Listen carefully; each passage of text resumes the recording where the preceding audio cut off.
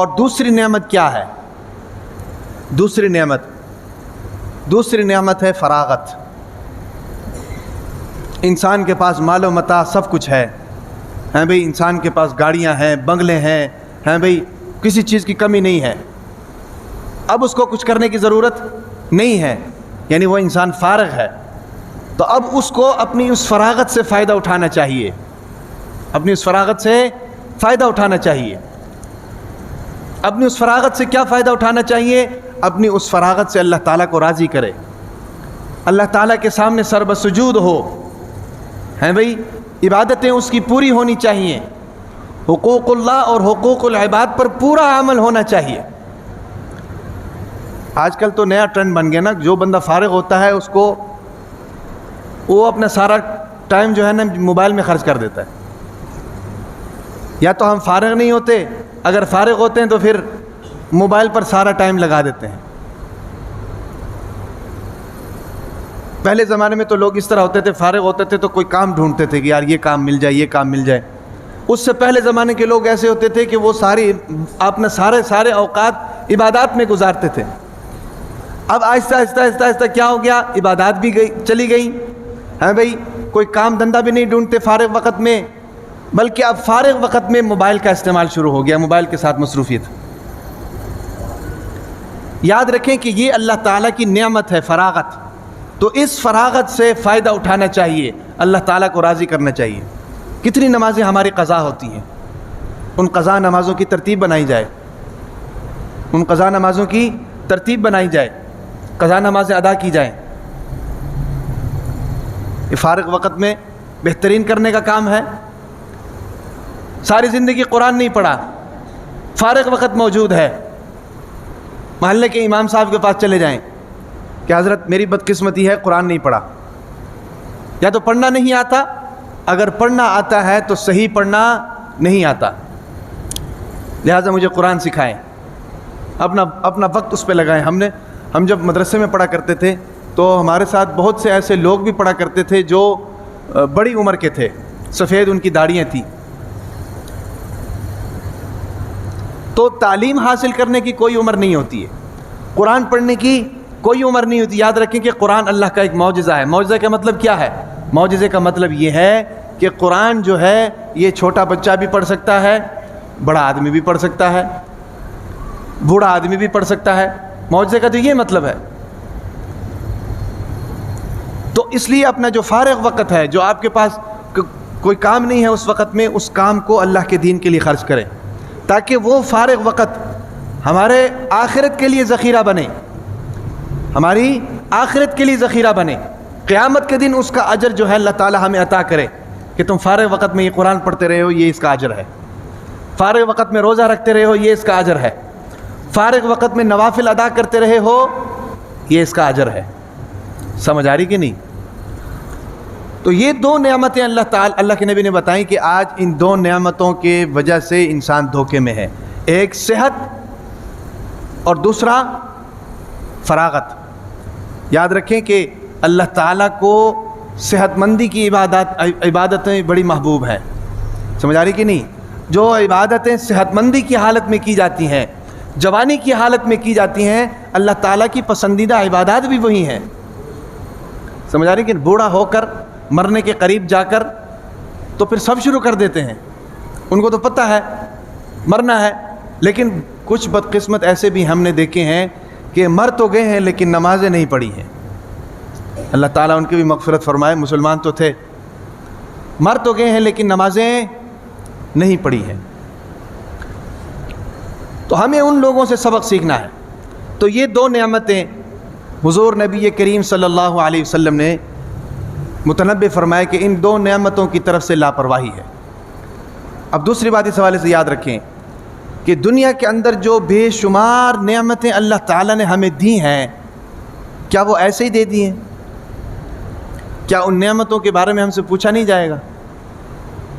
دیکھیں، اللہ تعالیٰ نے رشتہ داریوں کے ساتھ ہمیں منسلک کیا ہے۔ رشتہ داری بہت بڑی نعمت ہے، مصیبت کے وقت رشتہ دار کام آتے ہیں۔ بہن بھائیوں کے ساتھ ہمارا تعلق بنایا ہے، بہت بڑی نعمت ہے، پریشانی کے وقت یہ ہمارے کام آتے ہیں۔ ماں باپ جیسی نعمت اللہ تعالیٰ نے ہمیں دی ہے، سمجھ آ رہی کہ نہیں؟ بہت سی ایسی نعمتیں ہیں جو اللہ تعالیٰ نے ہمیں دی ہیں. خوبصورتی اللہ تعالیٰ نے ہمیں دی، جوانی اللہ تعالیٰ نے ہمیں دی. یہ ساری جو نعمتیں ہیں یہ اللہ تعالیٰ نے ایسے نہیں دے دی ہیں. یہ اللہ تعالیٰ نے اس لیے دی ہیں کہ اس کے بارے میں پوچھا جائے گا. ہاں بھائی بتاؤ جوانی کہاں گزار کے آئے؟ ہاں بھائی جوانی کہاں گزار کے آئے ہو؟ تمہیں اتنی دولت دی تھی، اس دولت کو کہاں پر لگا کر آئے ہو؟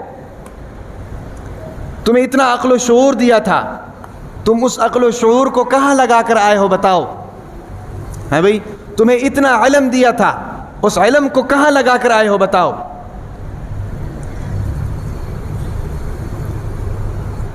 ان نعمتوں کے بارے میں پوچھا جائے گا. اس کا مشاہدہ ہم لوگ اپنی دنیا میں ہی کرتے ہیں، اپنی دنیا میں ہی کرتے ہیں کہ اللہ تعالیٰ نے یہ نعمت دی ہے اور ایک وقت آتا ہے وہ نعمت اللہ تعالیٰ ہم سے لے لیتے ہیں. دیکھیں جب انسان ہم لڑکپن میں ہوتے ہیں، جوانی کی طرف آتے ہیں تو ہر چیز ہماری مضبوط ہوتی ہے، ہر چیز ہماری مضبوط ہوتی ہے. لیکن جیسے ہی 40 سال سے نیچے جانا شروع کر دیتے ہیں، 50 سال کی طرف جانا شروع کر دیتے ہیں تو ہماری ہر چیز کمزور ہونی شروع ہو جاتی ہے. پہلے آنکھیں تیز تھی، ہیں بھئی کوئی مسئلہ ہی نہیں تھا. 40 سال کے بعد آنکھوں کے سامنے دھندلاپن آنا شروع ہو جاتا ہے. کیوں؟ یہ نعمت جانے کا وقت آ گیا ہے، یہ نعمت جانے کا وقت آ گیا ہے. 40 سال تک جناب ہم بہترین قد کاٹ کے مالک تھے، لیکن 40 سال کے بعد کمر میں جھکاؤ آنی شروع ہو جاتی ہے، کمر میں درد ہو رہی ہوئی اس طرح ہو کے چلتے ہیں یا بیلٹ باندھ کر چلتے ہیں. ہیں بھئی 40 سال تک تو ایسے تھا لکڑ بھی ہضم پتھر بھی ہضم. ہیں بھئی 40 سال کے بعد گھر والوں سے گزارش کرنی پڑتی ہے کہ نرم خوراک ہونا چاہیے، نمک مرچ کم ہونا چاہیے. ہیں بھئی بلڈ پریشر کا مسئلہ ہے، مرچ زیادہ ہے، معدے میں درد ہے، اور چینی کم ہونی چاہیے، شوگر کا مسئلہ ہے. یہ وجہ کیا ہے؟ وجہ یہ ہے کہ 40 سال کے بعد ہمارا ہاضمہ کمزور ہونا شروع ہو جاتا ہے. مطلب کیا ہے؟ مطلب یہ نعمت کے جانے کا وقت آ گیا. اب 40 سال کے بعد کبھی نہ کبھی لڑک سکتے ہیں، ٹھیک ہے؟ اور اسی طریقے سے بال سفید ہونے شروع ہو جاتے ہیں. ہمیں پہلے تو بھاگتے دوڑتے تھے، کوئی فکر نہیں تھی. 40 سال کے بعد احتیاط کرتے ہیں کہیں ٹھوکر نہ لگ جائے. یہ ساری نعمتیں 40 سال کے بعد کیوں کمزور ہونی شروع ہو جاتی ہیں؟ یہ ساری چیزیں 40 سال کے بعد کیوں کمزور ہونی شروع ہو جاتی ہیں؟ وہ اس لیے کمزور ہونی شروع ہو جاتی ہیں کہ 40 سال کے بعد ان نعمتوں کے جانے کی شروعات ہو جاتی ہے، جانے کی شروعات ہو جاتی ہے. اب یاد رکھیں کہ جو نعمت اللہ تعالیٰ نے ہمیں دی ہے اس کا اگر ہم نے صحیح استعمال کیا تو اللہ تعالیٰ قیامت کے دن بہترین طریقے سے وہ نعمتیں ہمیں واپس کریں گے. ہیں بھئی مثال کے طور پر ایک آدمی ہے، ملینئر آدمی ہے، اپنے بیٹے کو پیسے دیتا ہے، پیسے دے کر کہتا ہے کہ بھی کاروبار کرو، اگر کاروبار صحیح کیا اپنا سارا کاروبار تمہیں دے دوں گا، میں ریسٹ کروں گا. اب اگر بیٹا کاروبار صحیح کرتا ہے تو وہ تو پیسے اس کو دیے تھے، باقی سارا کاروبار اس کو دے دیتا ہے، یہ لو بھائی مزے کرو. اگر کاروبار صحیح نہیں کرتا تو جو پیسے اس کو دیے تھے وہ بھی لے لیتا ہے. کیا کہتا ہے کہ بھئی یہ تم سے یہ نہیں ہوا اور میرا کاروبار تم کیا سنبھالو گے؟ بالکل اسی طریقے سے اگر ہم نے اس نعمت کا صحیح استعمال کیا تو یاد رکھیں کہ اللہ تعالیٰ قیامت کے دن اس نعمت کو دگنا کر کے ہمیں دیں گے. اگر ہم اس نعمت کو صحیح استعمال نہیں کریں گے تو قیامت کے دن جو تھوڑی بہت ہمیں دی تھی وہ بھی اللہ تعالیٰ ہم سے لے لیں گے. قرآن مجید کے اندر آتا ہے بہت سی جگہوں پر. اگر یاد رکھیں کہ آنکھوں کی جو نعمت اللہ تعالیٰ نے ہمیں دی ہے، اگر ہم نے اس کو دنیا میں صحیح استعمال کیا تو قیامت کے دن اللہ تعالیٰ ہمیں ایسی نظر عطا فرمائیں گے کہ جس سے ہم اللہ کا دیدار کر سکیں گے. اس سے بڑی کوئی نعمت ہو سکتی ہے بھائی؟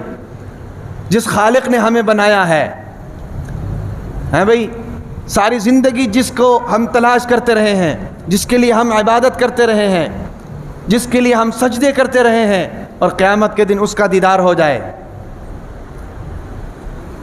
قیامت جنت کے اندر نا اللہ تعالیٰ جنتی سے پوچھیں گے، ہاں بھائی جنت کے اندر سب کچھ موجود ہے یا اللہ موجود ہے؟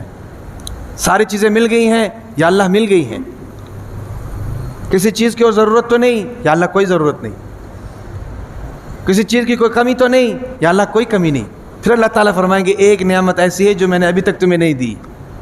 اب وہ جنتی حیران ہوں گے کہ یار وہ کون سی نعمت ہے، ساری چیزیں تو ہمیں مل گئی ہیں، بھئی زندگی کا سکون ہمیں مل گیا ہے، دنیا کی مصیبت سے چھٹکارا ہو گیا ہے، اور عمر بھر کے لیے جوانی ہمیں مل گئی ہے۔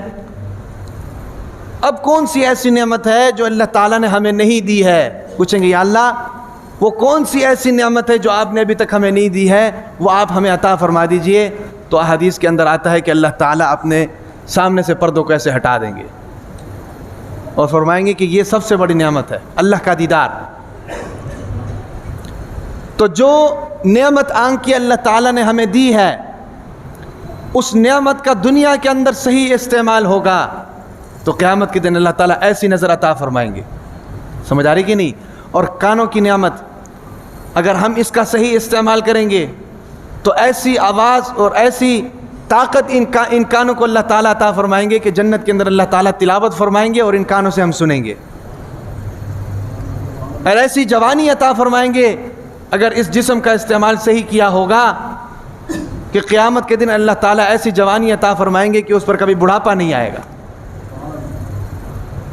سمجھ آ رہی کہ نہیں؟ لیکن اگر ان نعمتوں کا صحیح استعمال نہیں ہوگا، یوم یحشرہم علی وجوہہم عمیا وبکما وصما، فرمایا کہ اس دن بہت سے لوگ ایسے ہوں گے جو اندھے ہونے کی حالت میں آئیں گے، گونگے ہونے کی حالت میں آئیں گے، بہرے ہونے کی حالت میں آئیں گے، اور سر کے بل چل کر آئیں گے۔ وجہ کیا ہے؟ وجہ یہ ہے کہ جو آنکھ اللہ نے اس کو دی تھی اس کا استعمال غلط کیا، جو کان اللہ تعالیٰ نے اس کو دیا تھا اس کا استعمال غلط کیا، جو زبان اللہ تعالیٰ نے اس کو دی تھی اس کا استعمال غلط کیا۔ سمجھ آ رہی کہ نہیں؟ اللہ تعالیٰ ہمیں ان تمام نعمتوں کو صحیح استعمال کرنے کی توفیق عطا فرمائے۔